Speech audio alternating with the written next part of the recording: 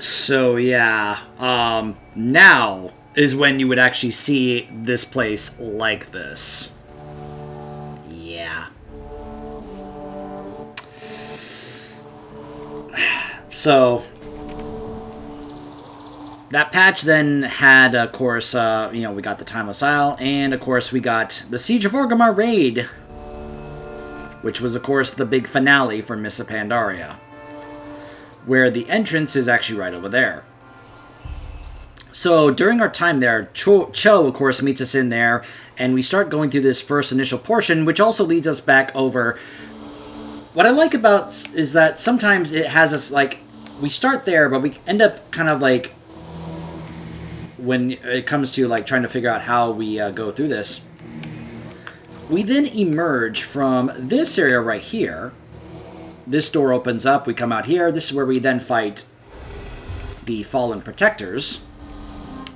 And then we go down this area, which you can see is the area where they excavated this whole area, which then leads us to the mine area over here, and there's a whole bunch of other stuff here. Also, you'll notice that there's a whole bunch of vestiges of pride. Manifestations of pride, because pride was the last Shaw, and therefore it's like the last main thing that we have to deal with. So we go back into that mine, and that's where we find Norushen, where he was, where the Titan construct that kept the heart of Yasharaj, and then he's like, you have to deal with the pride that was in you before you actually take on the Shah pride itself, which has us fight this thing. Once we deal with that, we then get to go in to finally face the 7th and final Shah, the final burden that Shao had clung onto and had to face, which was pride. And then once we finally take down the Shah pride, we have finally taken down the 7th and last of the Shah, and we find Garrosh's axe there, Gorhal, which I find amusing that he left Gorhal there, but that's because it turns out he found another version of Gorhal that he wanted to use for the upcoming fight.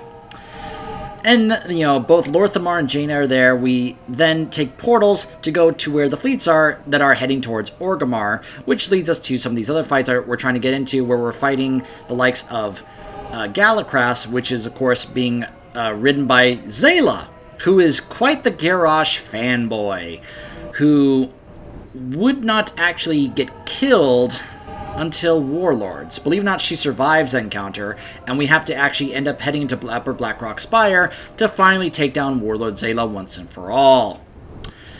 By the way, some people have said that they actually ship Zayla and Garrosh, which makes me wonder if there was ever a possibility that she may have actually, well, done the thing with Garrosh.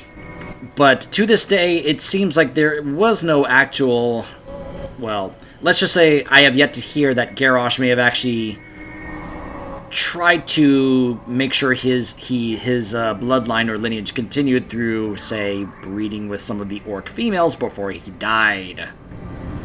We have yet to hear about any Garrosh Juniors running around, but I'm always open to the possibility because it just seems to me like that's the kind of thing that Garrosh would actually do. That's just my impression of him. So we fight through, and we fight these things like the Iron Juggernaut, we fight some Korkron Dark Shaman, because of course Garrosh would get some Dark Shaman to work for him, of course he would. I do love that look though, that armor, I really love that armor. I really like it. Then we have to fight Nazgrim, and this is the one that actually hurts. Because the thing is about Nazgrim is that he wasn't really loyal to Garrosh himself, he wasn't a fanatical follower. He only followed him because he believed it was an honorable thing to follow the war chief. Because he felt like that was something that you should do as an account of honor. Not because he was loyal to Garrosh. He didn't necessarily believe in Garrosh's cause or ideals. He just felt like if he didn't follow the war chief, it would be a dishonorable thing to do.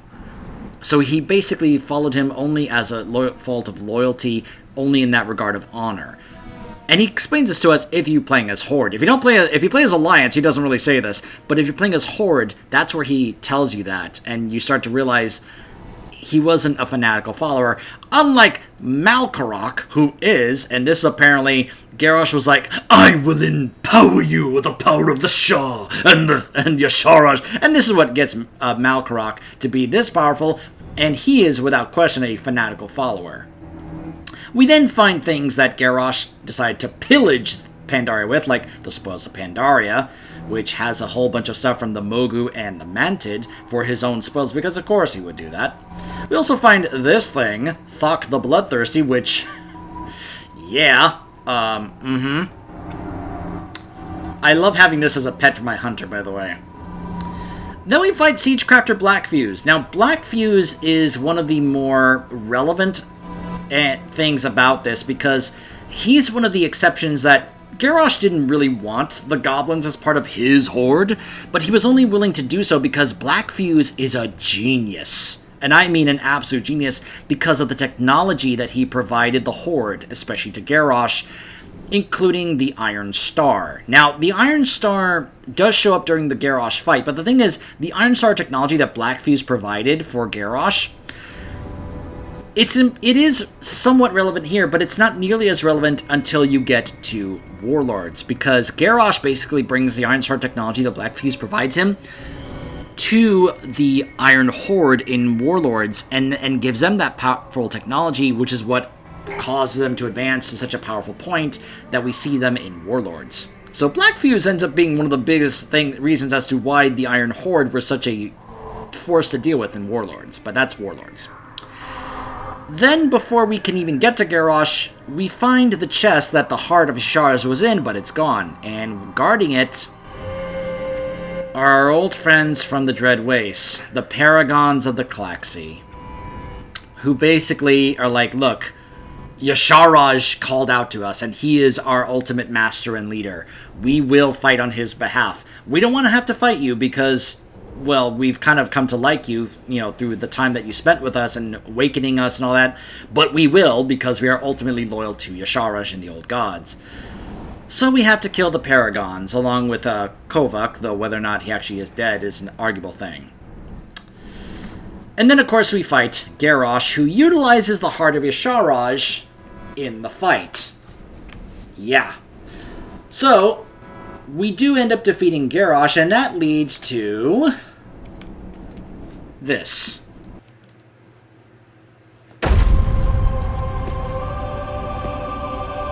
You disappoint me, Garrosh. You are not worthy of your father's legacy.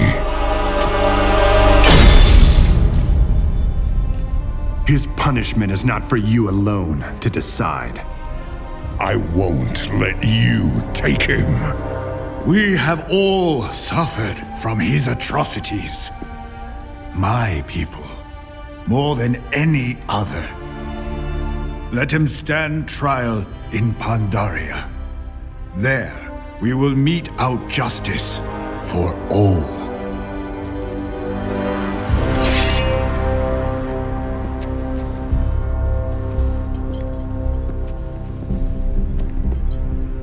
The Horde needs its true war chief, now more than ever. Yes, but it was you that held the Horde together during this madness. It was you that protected our honor. From this day forward, Vol'jin, if you lead, I will follow. I am not worthy.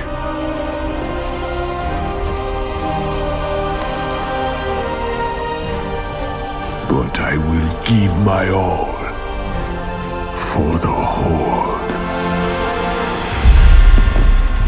I will speak to your war chief.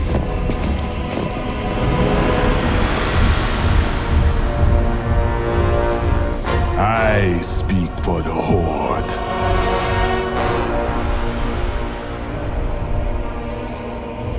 Very well.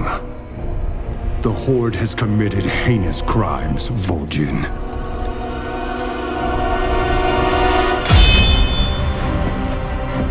But some among you fought against Garrosh's tyranny. For that, I am willing to end this bloodshed. But know this.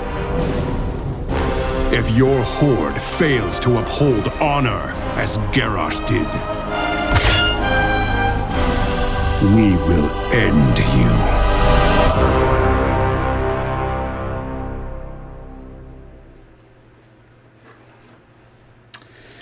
And so then we also, after we have hauled Garrosh away, which, by the way, I should mention, a book came out afterwards called War Crimes, in which case that trial that Terranzu referred to happens, and it's conducted by the August Celestials. Here's the stupid part. I've heard it's a bad book. I haven't gotten around to actually reading it yet. But I keep getting told by those who have read it that it was awful. And the stupid thing about that book is that the Celestials actually deemed Garrosh innocent. They actually ruled Garrosh as innocent of his crimes, which is one of the stupidest things I've ever heard. It's also worth noting that Garrosh at one point, when they were charging him for the atrocities he's committed, his response to that was, "I wish I had committed even more atrocities." That's Garrosh. And yet, the Celestials were like, yeah, he's not guilty. It's so stupid. I'll show the Alliance version of that cutscene when we do this on Alliance character. But the other thing is, after we haul Garrosh away, there's one little fragment left of Yasharaj that remains after we have basically destroyed, because Garrosh basically rips open the heart of Yasharaj and has what is left of the essence of Yasharaj pour into him to empower himself, to make him stronger so he can defeat us. And when we defeat Garrosh, we basically destroy that. Basically, because Garrosh poured what was left of the heart of Yasharaj into himself, and we defeat him, it destroys all of that essence within him as well, except for one little fragment that we find. We grab it and we give it to Lord Walker Cho, and he recommends we bring it here to the Vale. And when we do, this happens. Dear Emperor, it is done. The darkness that you once struggled against has been purged from Pandaria forever. But the cost, such a terrible cost. Do not despair the damage that was done here. You triumphed over the darkness I had locked away. You have shown Pandaria the power of a true hero. But the question still remains, why do we fight? I trust you have learned to fight out of fear or anger is to fight a war that never ends. Face your fears, calm your hatreds. Find peace within yourself so that you may share it with the world around you. These are the greatest treasures in life. Truly they are worth fighting for. Thank you, Emperor. Thank you.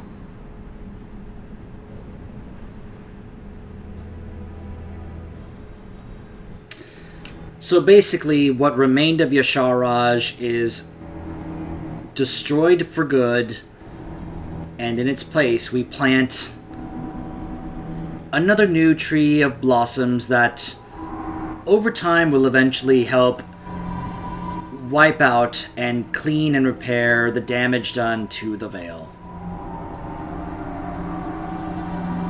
It's worth noting that when we come back here in BFA, a lot of this is repaired, and if this was in regular retail I could show you. But I will say that it's also a little disheartening that even though we do fix this place by the time BFA comes around, that the Black Empire comes back, and this becomes an entrance for the Nyalotha raid. But the point is that over time, now that the Shah and Yasharaj are gone for good, permanently, they are gone forever. Like, these would not be here. This is MMO time again. The idea is that all this Shah corruption, all those manifestations have gone away with the destruction of the Shah and the destruction of the heart of Yasharaj. And over time, this place will eventually be healed. And that effectively brings an end to the story of Mists of Pandaria. So that will be the finale and conclusion of this playthrough, at least on the Horde side. If you want to see the other side of this story, head on over to the Alliance one, where I will be showing the Alliance side of these things. I hope that you guys have enjoyed this. I know that at least one of you commented that you were excited to see this. Well, for those of you who did watch this and were excited to see it, I hope you have enjoyed this. If they do an event like this for other expansions, I will see whether or not I can be able to pull this off. Whether or not I could do it and show you guys on camera, I'd have to figure out whether or not it's able to be done. But yeah, this was kind of an unplanned impromptu playthrough, but I'm glad I did this. I was able to get some things done I had never actually done before in this expansion, and now I actually experience all these different storylines and questing these zones, getting some of these reps done, which, you know, I still have time to be able to finish off some of these other ones, which, you know, I can just go ahead and kind of work on off camera, which will get translated over when this character moves over to regular retail. And of course, remember, all these reps are now going to be account-wide, so because I got Exalted on this character, it's going to apply that way for all the other characters on my account when War Within comes out. Which, it seems that by the end of this month, the pre-patch will hit us. In fact, I believe I saw a date teased by Blizzard that was actually going to be on July 23rd, which is, at the time I'm recording this, about 10 days from now. And there's about 30 or so days left in this event. So, I'll see how that works when that happens. But until then, this has been Miss Pandaria Remix on the Horde side, with the rest of the main story as well. And I hope you guys have enjoyed, and I will see you guys next time.